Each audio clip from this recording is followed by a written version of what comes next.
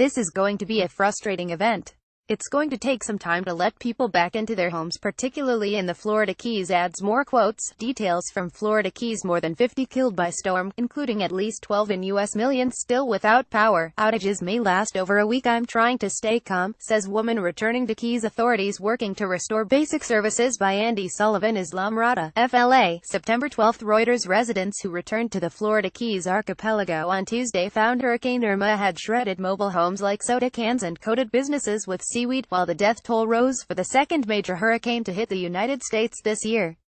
Irma, one of the most powerful Atlantic hurricanes on record before it arrived in the United States, killed 43 people in its rampage through the Caribbean and at least 12 in Florida, Georgia and South Carolina.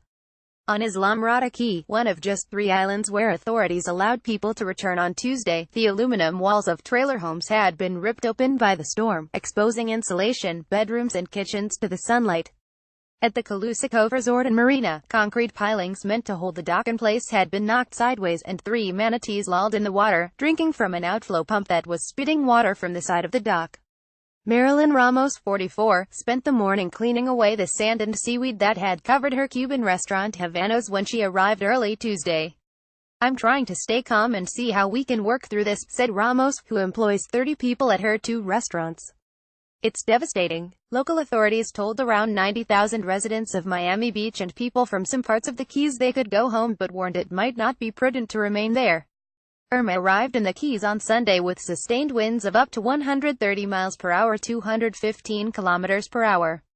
"It's going to take some time to let people back into their homes, particularly in the Florida Keys," said Brock Long, administrator of the Federal Emergency Management Agency. The island chain curves southwest from Key Largo to Key West, linked by bridges and causeways along a nearly 100-mile, 160 kilometers route. More than 6 million homes and businesses were still without power in Florida and nearby states.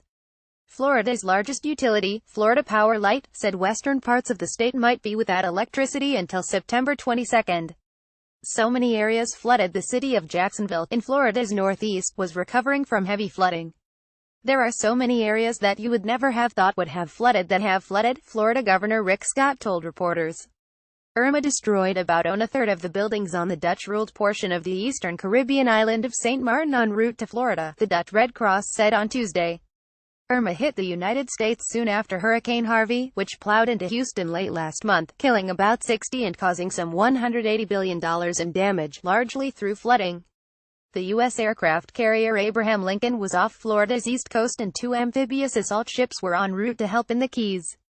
Several major airports in Florida that halted passenger operations due to Irma began limited service on Tuesday, including Miami International, one of the busiest U.S. airports. Insured property losses in Florida from Irma were expected to run from $20 billion to $40 billion, catastrophe modeling firm Air Worldwide estimated. U.S. Treasury Secretary Steven Mnuchin told a New York investor conference that the storm would ultimately boost the economy by sparking rebuilding. "There clearly is going to be an impact on GDP in the short run. We will make it up in the long run," Mnuchin said. "As we rebuild, that will help GDP. It won't have a bad impact on the economy." Deaths during cleanup. Several of the deaths caused by Irma occurred as people started cleaning up and making repairs. A 55-year-old man died Monday in Tampa, Florida, while using a chainsaw in a tree during storm cleanup, the Hillsborough County Sheriff's Office said. A man died in Worth County, Georgia, on Monday while repairing the roof of a shed during heavy winds, a National Weather Service report said. A man was found dead in Winter Garden, Florida, after being electrocuted by a downed power line, local police said. One man in South Carolina was killed by a falling tree limb and another died in a traffic accident, officials said. A city employee in Columbia, South Carolina, died Monday after being critically injured in a car crash as he responded to a report of a downed tree, the city said. Irma was downgraded to a tropical depression on Monday and would likely dissipate Tuesday evening, the National Hurricane Center said. The center was monitoring another hurricane, Jose, which was spinning in the Atlantic about 700 miles 1,130 kilometers west of Florida. The Atlantic hurricane season runs through November. Even as residents of the upper Florida Keys assessed the damage, others who lived on harder-hit islands further southwest waited to see what toll Irma had taken on their property. Mechanic Dean Christensen watched police turn around residents and wave through utility workers, law enforcement and health workers at a checkpoint at the end of Islamorada. He had slept in his truck the last 3 nights and did not want to return to the mainland, saying, "I've just got to wait for someone I know to come along so I can get through here." Additional reporting by Daniel Trotta in Orlando, Florida, Bernie Woodall, Ben Gruber and Zachary Fagenson in Miami, Dan Whitcomb in Los Angeles, Letitia Stein in Detroit, John Herskovitz in Austin, Texas, Colleen Jenkins in Winston-Salem, North Carolina, Harriet McLeod in Mount Pleasant, SC and Svehers Bayless and Scott DiSavino in New York. Writing by Scott Malone. Editing by Chizuno Miyama and Francis Carey.